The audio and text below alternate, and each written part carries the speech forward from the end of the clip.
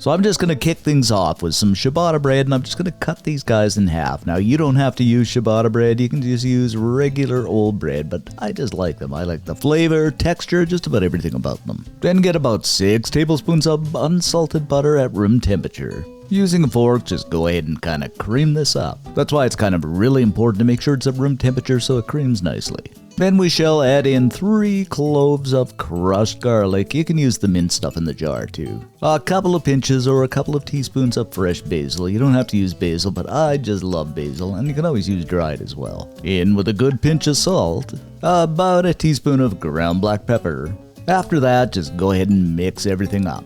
You are probably guessing the drill now. We are going to grab up some of that garlic butter and just spread it over very, very generously over top of that ciabatta bread. And I should mention too that this is always the way I make my garlic bread, no matter, whether I'm using ciabatta bread or regular bread.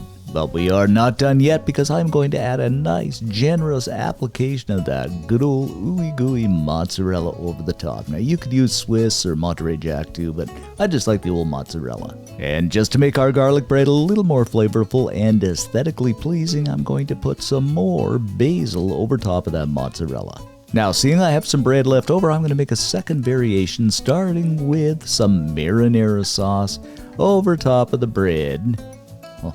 And this is just plain old ciabatta. I mean, you could put a base of garlic butter on it too, but I'm not going to in this case.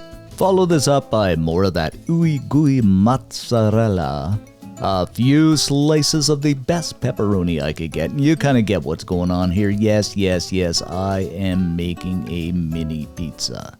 And of course, I'm going to be fairly generous with that pepperoni because it is fairly small pieces. I don't know why, but I don't know. I guess small things are mighty, right?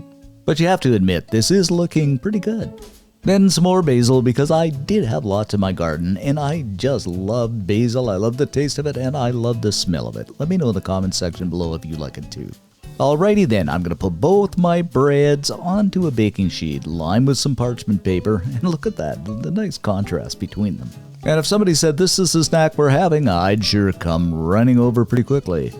These are now going into a 375 degree Fahrenheit preheated oven for about 10 or 15 minutes until that mozzarella melts and that pepperoni cooks and that bread toast. Oh, it's going to be so good.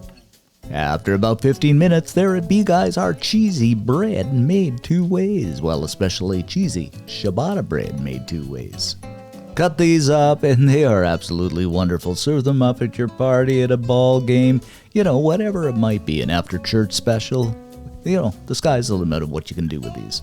And I tried them both, and I cannot for the life of me decide which one I like best. So you know what? I'm just going to have to go ahead and eat both of them. Without the word of a lie, these are simply a must make. So go ahead, make some up, and let us know what you think in the comments section below.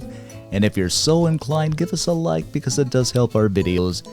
And subscribe. Thanks for watching, guys, and see you next time.